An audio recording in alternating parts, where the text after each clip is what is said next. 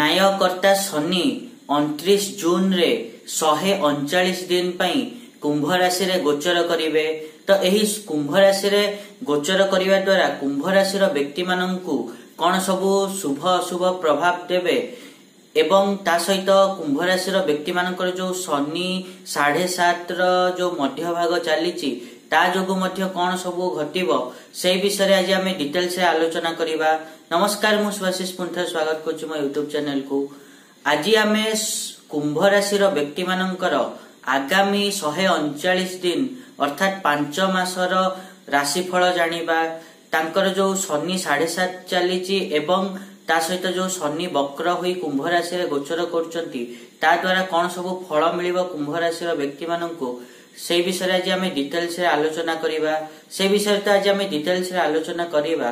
ता पूर्व सबना भली गोटे रिक्वेस्ट करिया को चाहिबे कि जो माने बे एजाय चैनल को सब्सक्राइब करनांती सब्सक्राइब करंतु आ पाखथिबा बेल आइकन को मध्ये प्रेस करंतु जा द्वारा कि म आगु को जहां भी किछि वीडियो देबी ता नोटिफिकेशन आपण मान को ठीक समय रे मिलि जिवो।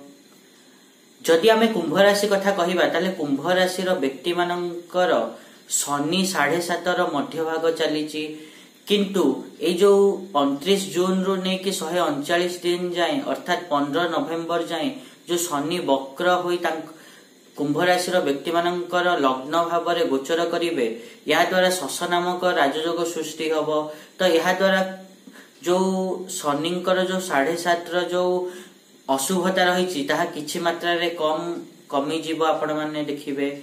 एही समय कुंभ राशि रो व्यक्ति माने मानकर जिद्दी एवं महत्वाकांक्षा बढ़ी जीव। ता सहित सेमानंकु शारीरिक और जो मानसिक पीड़ा मिलिबो ता जोगु शरीर निस्तेज हेला भलिया लागिबो। ता सहित रोगर मध्य सामना करिया को पड़िबो एवं ता सहित परिवार रे भी कोनोसी समस्या रो सामना करिया को पड़ी पारे। एही समय रे तांको संचित धन को संचय करिया पई बेसी परिश्रम करिया को पड़िबो। ता सहित कुंभ राशि रो व्यक्ति माने एही समय रे निज बाणी उपरे टिके कंट्रोल रखंतु। बाणी जहा कहउचंती टिके देखि चाहि कहंतु। किंतु एही समय रे शत्रु विरोधी मान को ऊपर प्रभाव भलो पकई परिबे एवं सम्मान मध्य मिलिबो। एवं जदि कोनोसी सफलता पई केबेठु अपेक्षा करथिले से सफलता आपण माननकु आहुरी देरी रे मिलिबो, आहुरी अपेक्षा करिया पड़िबो। ता सहित आपण माननकु किंतु शनि एही समय निजर लक्ष्य स्थल रे पहुंचिया पई प्रेरणा जोगेइबे। तापरे जदि शनिकर दृष्टि कथा कहिबा ताले शनि ताको तृतीय दृष्टि रे आपण मानकर तृतीय भाव को ही देखिबे जेहेतु लग्न रे बसचंती एवं सेठारे बसिबा द्वारा आपण मानकर जो ये भाई भौणी तांको थारु आपण मानकु क्रूरता पूर्ण व्यवहार मिली पारे। सुख आपण मानकर कमी जाई पारे। जीवन साथी सहित विवाद होई पारे एवं सांग साथी मानक सहित ताळमेळ भलो न रही पारे। ता सहित आपण मानकु एही समय अधिक यात्रा करिया को पड़िबो। एही 139 दिन जो आगामी रहीची सेही समय आपण मानकु अधिक यात्रा करिया को पड़िबो एवं ई समय रे अस्त्र शस्त्र थारु भय लागि रही पारे। तापर जदि शनिकर सप्तम दृष्टि कथा कहिबा ताले शनिकर सप्तम दृष्टि सिंह राशि ऊपर पड़िबो। सिंह राशि शनिकर सिंह राशि रो स्वामी किए सूर्य एवं शनिकर घोर शत्रुता रहीची।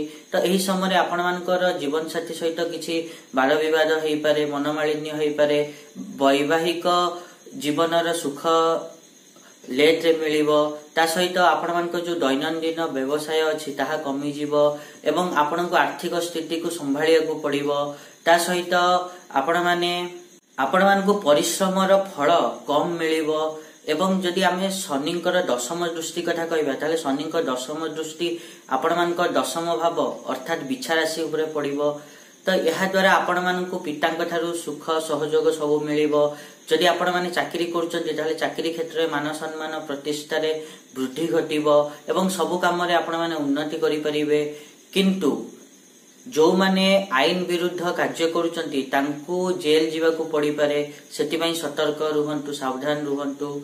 एटा थिला कुंभ राशि रो व्यक्ति मानक पई शनिकर वक्र चलन कौन सब फल दब। आशा करी कि मुझे कहली आपण माने ठीक रे बुझी पाथिबे। आ जदि वीडियो भल लागी ताहले निहत रूपे वीडियो को लाइक करंतु, शेयर करंतु आ चैनल को सब्सक्राइब करिया पे तो जमाई भूलंतुनी। आज पई टिकी देखा नेक्स्ट वीडियो रे। रहुची ନମସ୍କାର।